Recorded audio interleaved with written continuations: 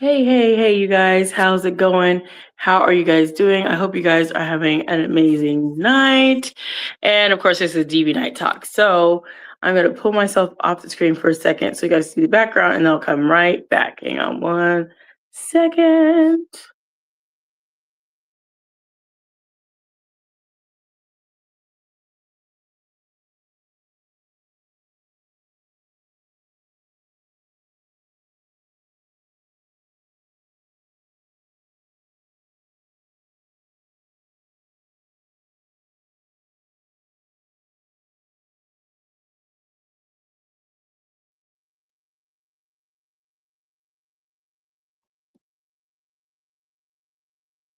Okay. Hey. Back again. So I wanted to just get on here because I was like, you know what? Oh, here we go. Here I am. I might have to change myself and let myself be a little bit a different spot. Hang out again. Let me just get myself in the right spot. Okay, here we go. I don't know what I did with myself. I think my daughters have been messing with some of my things. So I was gonna be doing some coloring of some unicorn stuff, and I don't know where she's moved. My stuff is moved. I guess we'll find it in a little bit. I don't know what they did with it. But anyway, I wanted to get on here and just talk very briefly about something that I saw today on, of course, I saw it on Facebook, but I was really excited about it. And hopefully, I'm hoping that all of the United States will pick this up. But Tennessee is going to be the first out of all the states to start a domestic violence registry, a DV registry. And I remember I was talking to my friend. I was like, "We need to have a DV registry." And he was like, "Oh, I don't know. It's not. I don't know if it's it is a crime. Domestic violence is a crime, and most of the time, the crime is perpetrated against women. Now, men get it too. Let's not. We're not gonna get twisted. So it looks like they'll be putting it together, and it's gonna come. Hello, how are you guys doing? Welcome. So, hello, welcome. So it's going to be in Tennessee, and they are going to be releasing it and starting it January 1st, 2026. I'm kind of excited about that. I'm glad you're doing good. Thank you for being here. So, some of you may have not heard about that, but it's called out in Tennessee Savannah's law. So, I am hoping that the rest of the United States will pick that up.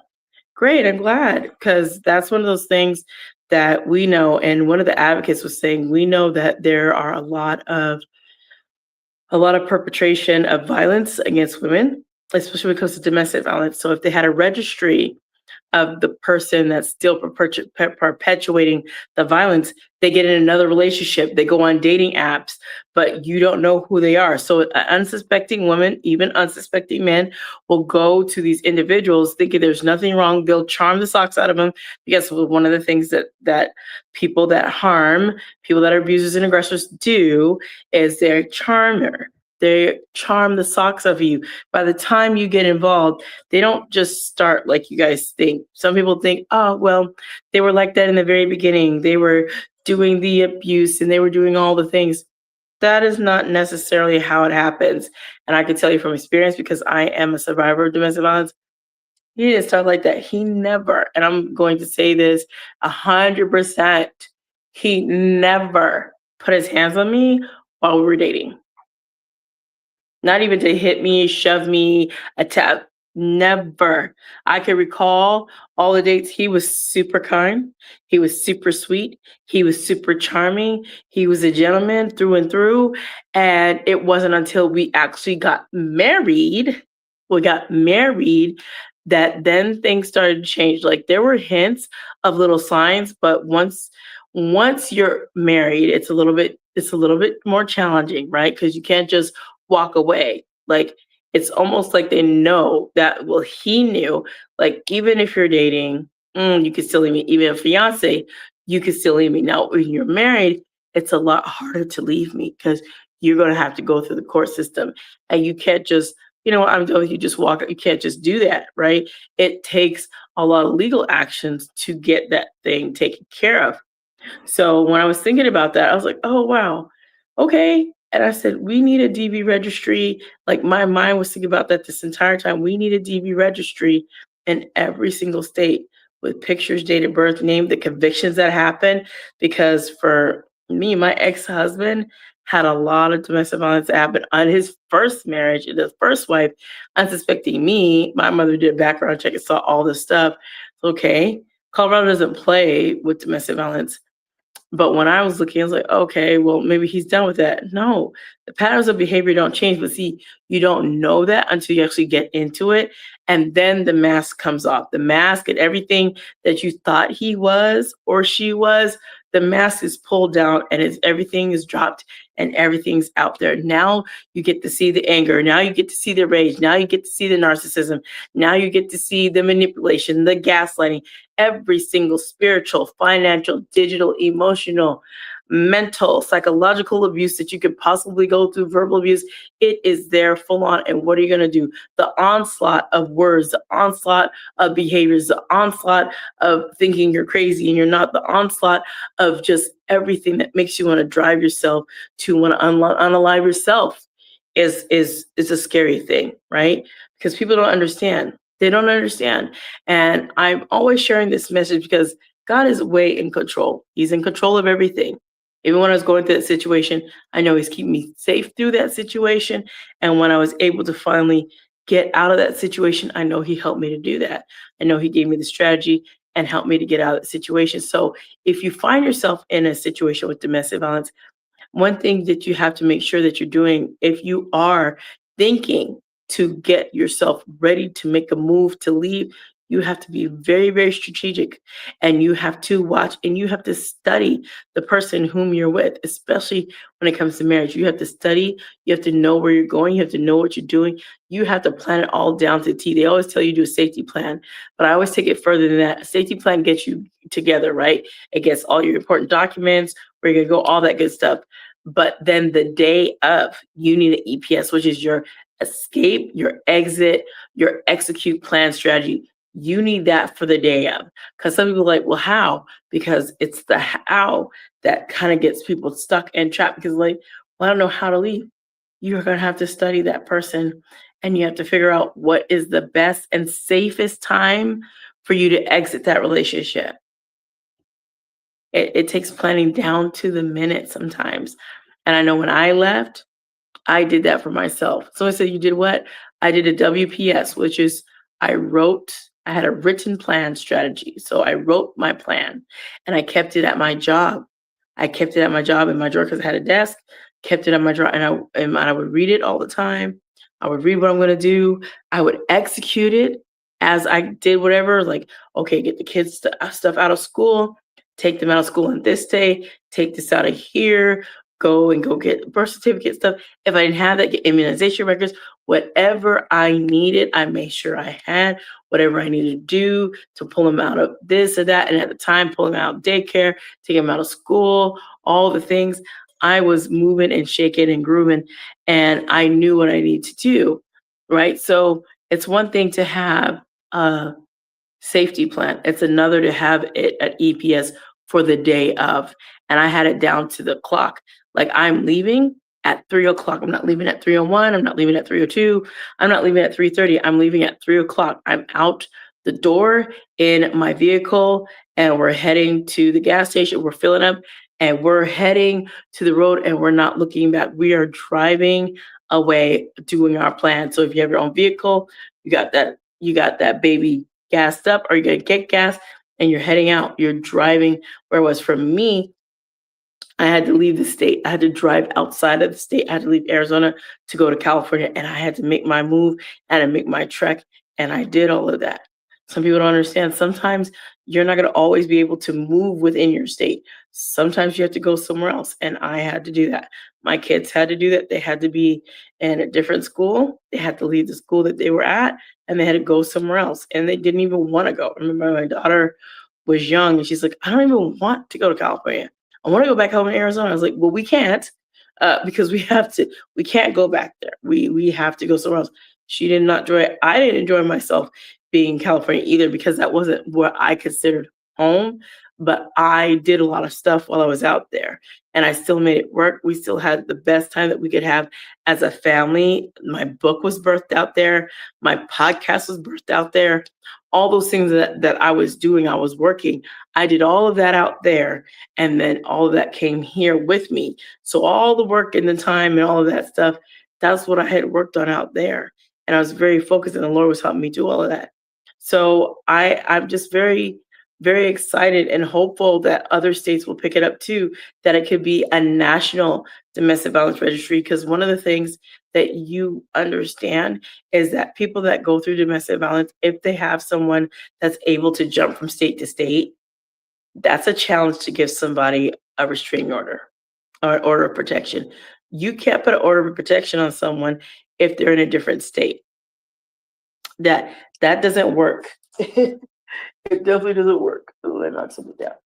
It definitely doesn't work. And if you try it, you'll find that it doesn't work. You can't get an order of protection going to another state where there's no crime has been perpetrated. You're going off a crime that's been perpetrated in another state. So say someone did a crime in Idaho. Well, you can't go to North Carolina and say, hey, put an order of protection on them over there. Well, they didn't do nothing here. So why would we put an order of protection over there? You came from Idaho. That's an Idaho problem. That's a jurisdiction over in Idaho. North Carolina ain't got nothing to do with that. And I'm telling you guys from experience because I had that happen to me. Because when I left and I was trying to tell people in California, the people in the legal, I was like, hey, could get a restraining order. I was like, actually, you really can't. No crime happened here. Did he hurt you here?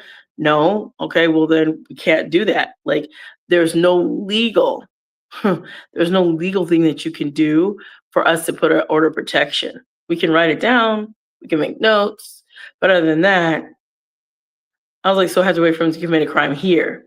Well, if he hasn't committed one here, what can we do? And then he kind of did by doing stuff, and then he skirted out because since he's a truck driver, which also makes it challenging if you have someone that works in the traveling kind of industry or one where they're going to be back and forth. I don't know. It might be challenging to do it on someone who's like a pilot or someone who is a flight attendant because they're here and they're everywhere. So I mean, certain industries have filled it might be challenging to even get an order of protection or to serve them with papers or documentation because they're all over the place, right? It takes a minute. I know it took a minute for me because the person I was trying to serve, my ex-husband, he was all over the place. He was not around. So if he even came to California by 2/2, he's gone. He's in Texas. And if you try to catch him in Texas by 2/2, he's back over to Washington. Or you think he's in Washington? No, he's in Oregon now. So you think he's in Oregon? No, he's gone to New Mexico. By the time an order of protection or anything would be made, you can't do anything because who's going to serve him? Who's going to go from Arizona go serve him in Washington or go serve him in New York where he's dropping and loading his truck off or go serve him over there in Georgia or go serve him. They're not chasing him down like that, right? They're not doing that. But if you have a national domestic violence registry, every state will know who's who. Like, oh, I've seen your face. So you've been convicted of domestic violence a few good times here in Colorado, here in Arizona, now here in California. Oh, you're a repeat offender. You like being domestically violent to women, huh? Okay, and we see your picture. See that's what needs to happen, right?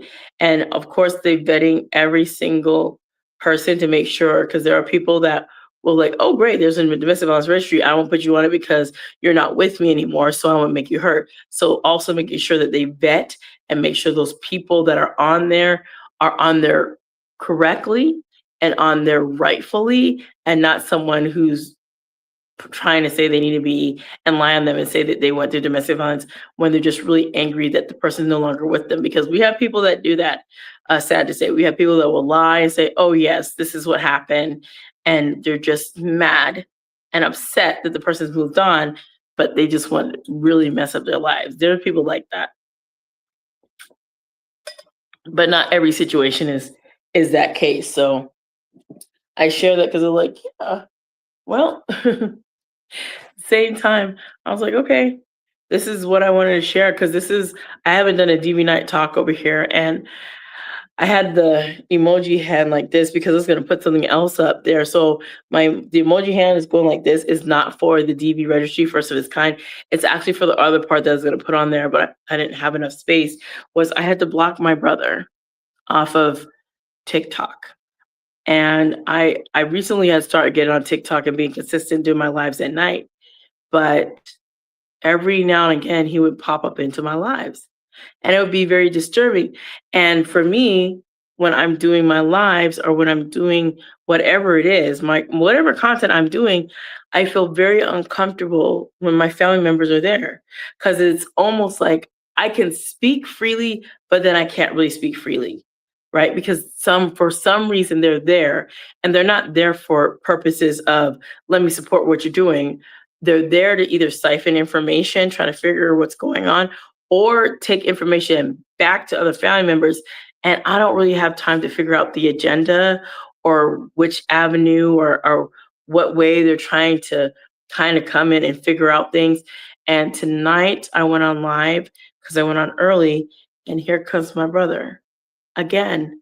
He didn't go on my live last night because I fell asleep. I was tired. But the night before he was on, and a couple of nights before that, he was on there. See, when you are done with people, that means you're done with them.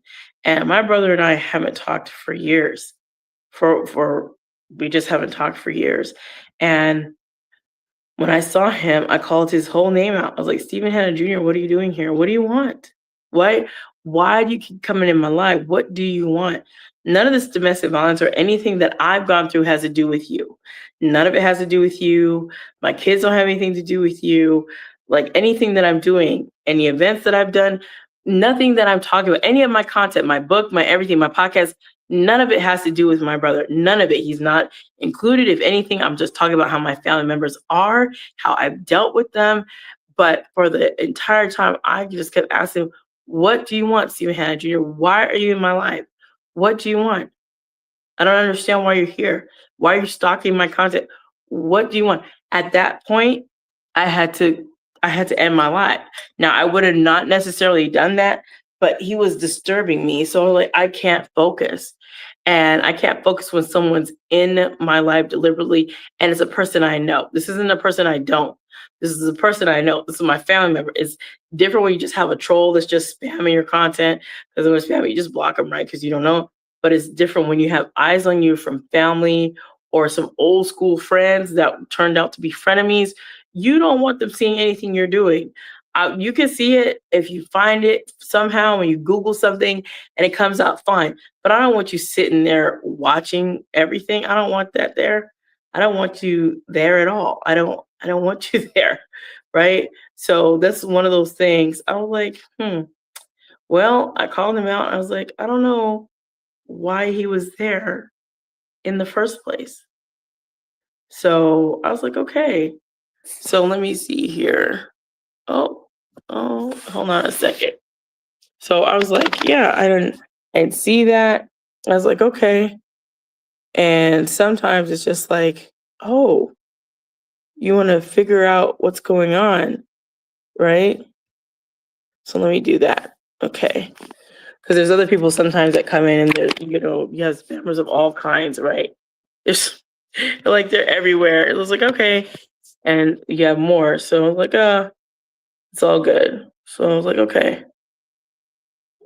So I was just really, really wondering, like I said, why he was there. Like, you don't need to be there. So I was like, you don't need that. So see here. Let's see, hold on a second. Let me get something right here. There we go. Feel better there now. Okay. So every now and then I have also over here.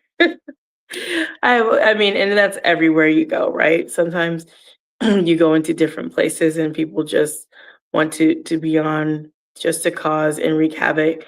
and they have nothing better to do. But anyway, like I said, I found that I needed to do that and get rid of his comments, get rid of him being there so I could focus on what I was doing. Because for the longest, like I can't focus on what I'm saying, what I'm doing, because there you are in the comments, right? I'm like, I don't want that. So I was like, nah, I don't want that. I'm good. So I think I tried before to change things, and I was like, nah, I won't change anything. But I think my kids took my markers I was using because I only have one set. I don't know what happened to it, but it's all good. So I was just very, very disturbed by it. So I ended up having to, I cut that live off and I went back just a little bit and said, I'll just come on here tomorrow. Just had to tell him I'll just come on tomorrow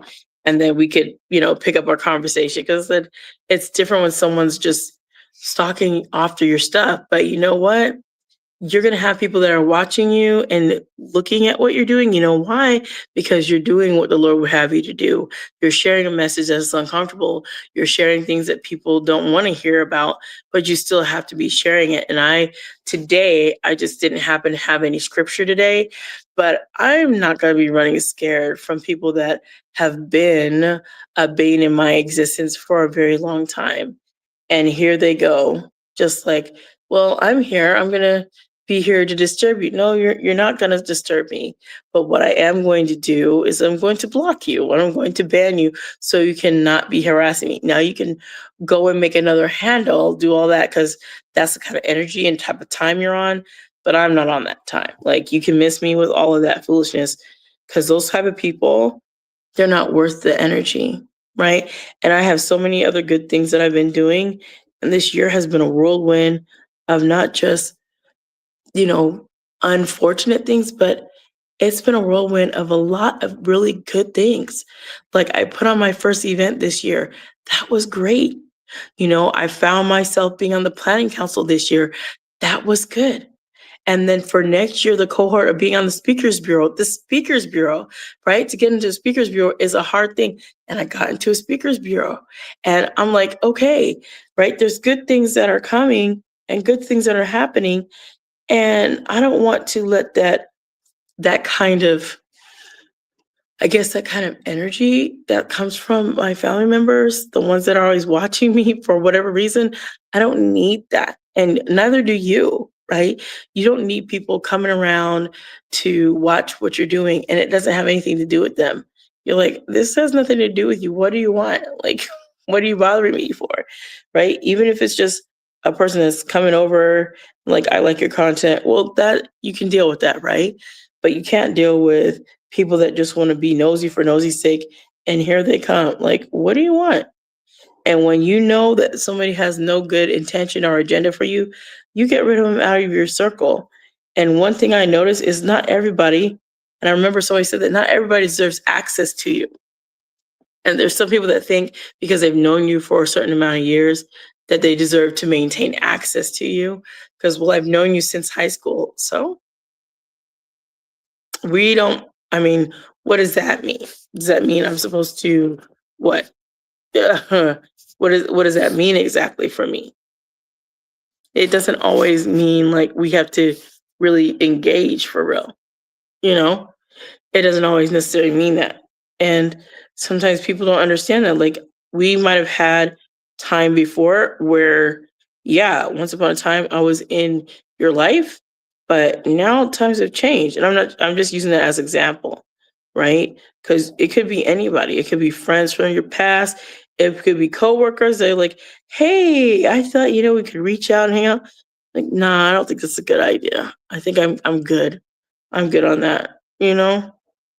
So when you find spammers, you just take care of them and you don't let them disturb you and you just do what you have to do. You might need to take a breather, stop and take a pause, right? And remember to be still and know that I'm God from Psalm 46:10. He's God and he's got you. He's God and he's got the situation. And I'm just like, okay, Lord, I don't care if he was watching, but you know what I'm gonna do? I'm not gonna keep playing the games of what are you gonna be doing in here? Every time I go live, here you come. For what purpose? What purpose are you here? What are you trying to find out? What are you trying to see? Right? There's something that you want. And sometimes people don't try to tell you what they want. They just want to watch you to see if you'll just give them whatever information they're trying to get out of you, which is weird because they won't ask you. Like, why don't you just ask me? You're telling me what you want, or why are you here? Or if you're trying to establish a relationship again as family members, then say that. But you're not saying anything, which makes me suspect of you, which makes me want to just block you. You know, and for the other one that was on here earlier, it says, "Oh, should I have some people come and watch you? Should I have my men come and stalk you?"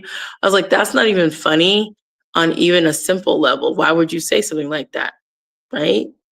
Why would you say something like that? Because your intention is really just to cause chaos. And when someone's causing chaos and there's no peace, you know what kind of time they're on, right? The enemy is using them and they don't even know they're being used just to cause dissension and confusion and create distractions that are unnecessary. So, once again, I'm really thrilled that Tennessee is doing something to have a domestic violence registry called Savannah's Law. That's why they started it, because of that. And you can check it out and just research it. Tennessee Domestic Violence Registry in Tennessee. It's going to be the first of its kind coming out in January of 2026. I think that's an amazing, amazing thing that they're doing. And just like the advocate who shared about it, I really hope that others will follow suit. I really do, because we need something like this. Women need some other protections. And I think it'd be great law enforcement could, keep more tabs easily on people instead of them jumping from one state to another. Like, okay, this person's for domestic violence. Where they come from? Well, we don't have a registry, so you don't know that. You don't know that they've been perpetrating harm across the other 46 states and came to your state, right? And now you're 47, right? Especially if you have truck drivers, you have no idea.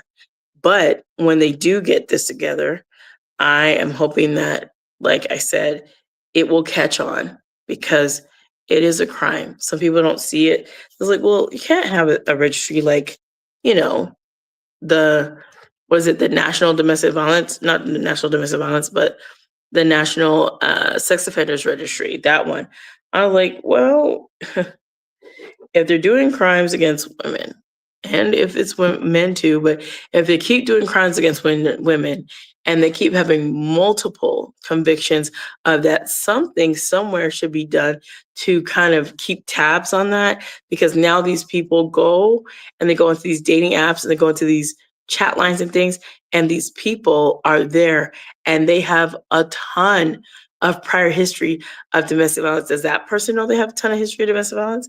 No, but there should be somewhere where you could check, like, are you in the domestic violence registry? Let me check. And scroll on down, like, oh, okay.